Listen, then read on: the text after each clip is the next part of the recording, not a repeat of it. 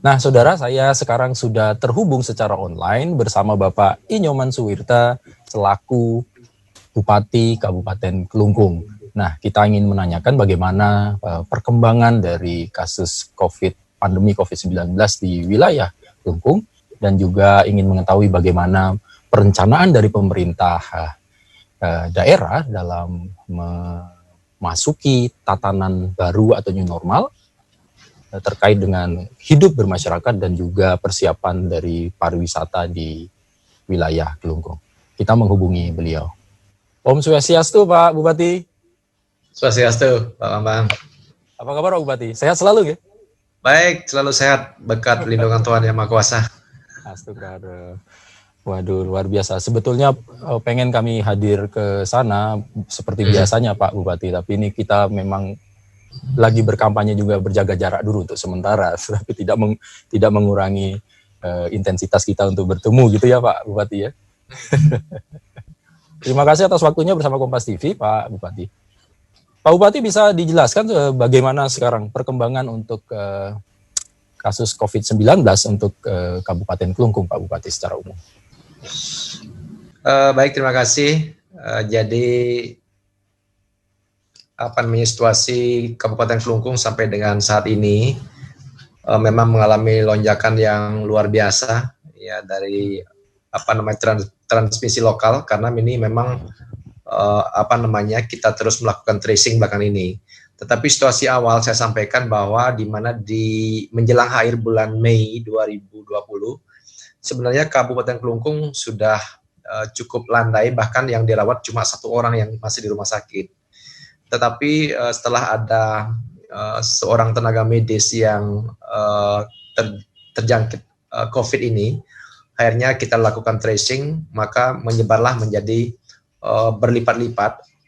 Dan setelah kita masuk ke pasar, bahkan karena ada keluarganya yang jualan di pasar itu positif, maka setelah di tracing terus mengalami peningkatan yang luar biasa. Nah, sehingga posisi sampai dengan sekarang ya, yang positif itu 83, kemudian yang masih dirawat 46, dan yang sembuh 37 orang. Nah, tentu ada hal-hal yang perlu saya sampaikan bahwa untuk mengantisipasi pandemi COVID-19 ini lebih cepat lagi, maka kami harus melakukan langkah-langkah terutama terhadap transmisi lokal yang terjadi di pasar, di mana mulai kemarin pasar umum Kelungkung kami tutup selama 3 hari, kemudian mulai kemarin, hari ini dan besok kami lakukan rapid massal, sehingga tugas kami di pasar umum Kelungkung, pasar umum Galiran nanti selesai untuk melakukan tracingnya. Saya kira itu dulu. Pak Bupati, jadi ini memang kasus ini meningkat sekarang ke transmisi lokal yang lebih banyak ya Pak Bupati ya? Iya. Di awal memang pada bulan April, Mei itu kan kita selalu ribut-ribut ya, kita selalu melihat bahwa pandemi COVID-19 itu kan terjadi pada PMI. Yeah. Tetapi belakangan ini justru bergeser ke transmisi lokal dari tenaga medis, kemudian dari warga kita yang bekerja di luar, kemudian datang ke Kelungkung dan lain sebagainya. Dan ini tentu berkolaborasi semuanya, sehingga seolah seperti benang kusut kita untuk mengurai, dan kita pun harus melakukan langkah-langkah besar untuk kita tidak setiap hari melakukan tracing kecil-kecilan yang menyebabkan perjalanan kita untuk melakukan tracing untuk mencari penyebaran ini akan lama, sehingga kami melakukan langkah yang lebih besar, melakukan rapid massal seperti yang dilakukan di pasar Galiran itu. Baik. Ya, baik. Ini memang lebih fokus ke tempat pasar, Pak Bupati, ke kerumunan yang banyak. Indikasinya kenapa ke sana pendekatannya? Jadi begini, kalau kita lihat perkembangan daripada atau tren daripada kenaikan kasus positif, itu memang di pasar itu mengalami lompatan yang luar biasa.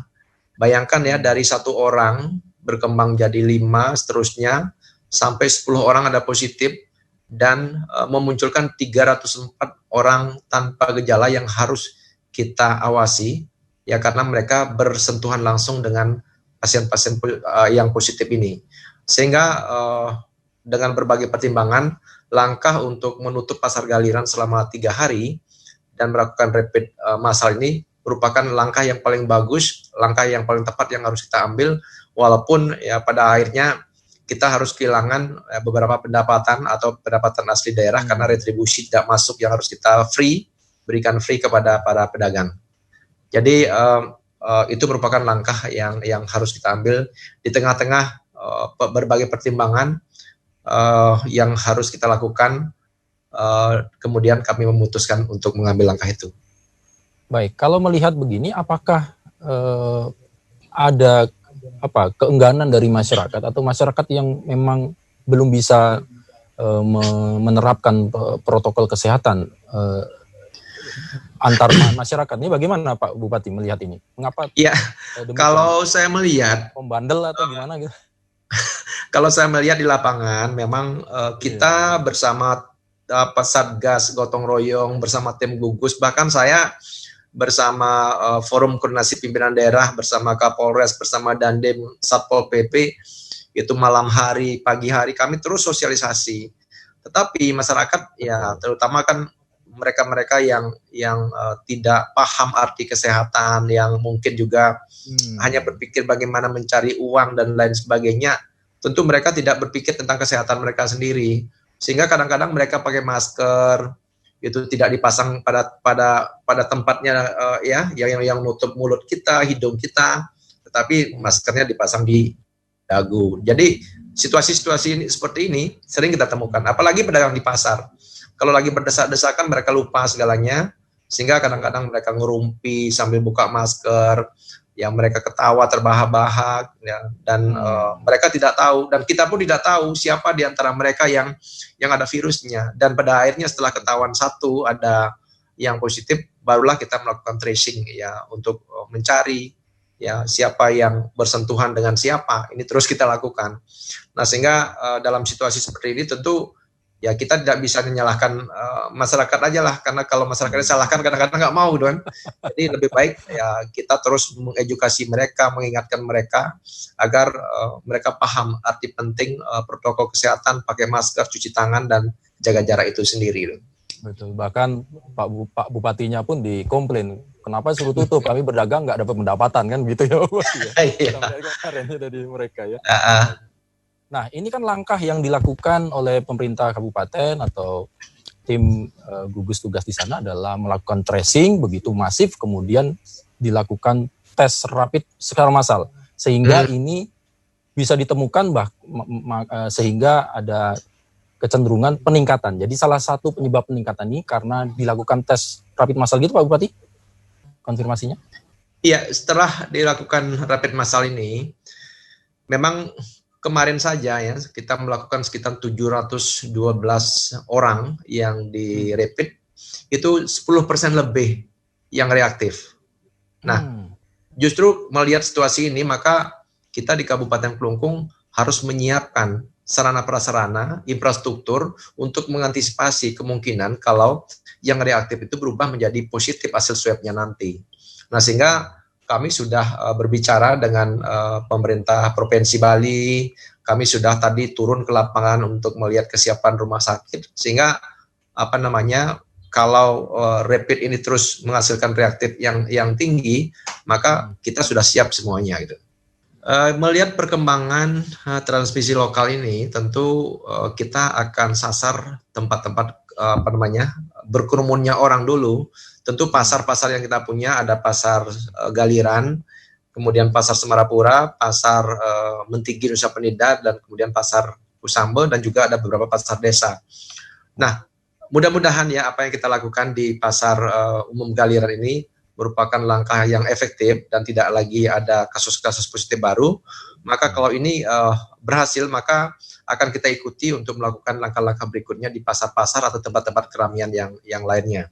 Nah, tentu yang lebih prioritas lagi adalah bagaimana kita menyelamatkan rumah sakit SDM-nya dulu.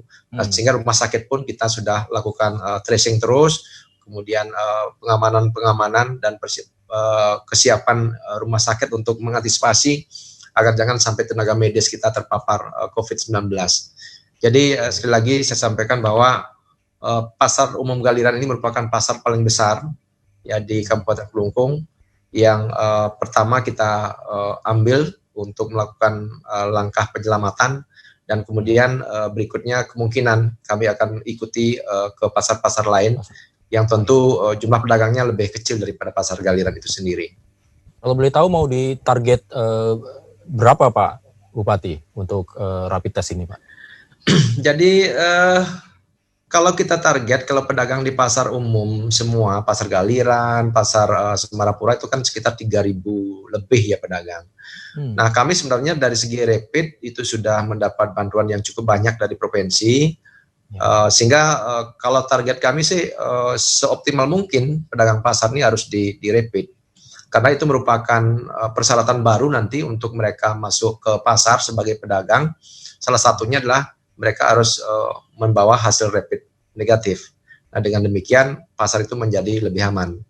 Yang jelas selain bantuan rapid dari provinsi, kami pun juga dari kabupaten akan melakukan pengadaan lagi kalau memang situasi ini mengharuskan kita harus mengambil langkah-langkah cepat untuk melakukan rapid massal.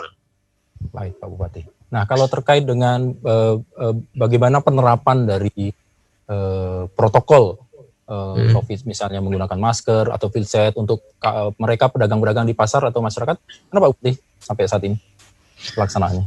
Iya, untuk pelaksanaan protokol kesehatan di pasar, jadi sebelum pasar tutup kami sudah menyiapkan beberapa wastafel, kemudian keran di pasar, kemudian pengumuman untuk pakai masker, untuk jaga jarak juga. Bahkan di pasar gang-gang sudah kami buka biar tidak ditumpuki barang-barang, sehingga sirkulasi pedagang di pasar umum itu lebih leluasa. Nah, pantauan kami bahwa sekali lagi saya katakan ketaatan masyarakat untuk pakai masker kadang-kadang tidak begitu taat.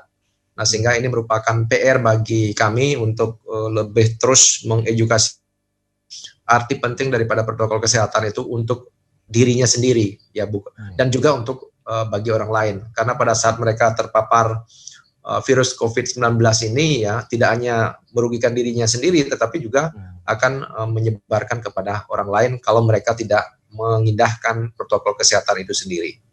Baik, jadi memang kesadaran bagi masyarakat ini yang memang sekarang harus kita tumbuhkan terus Pak Bupati ya.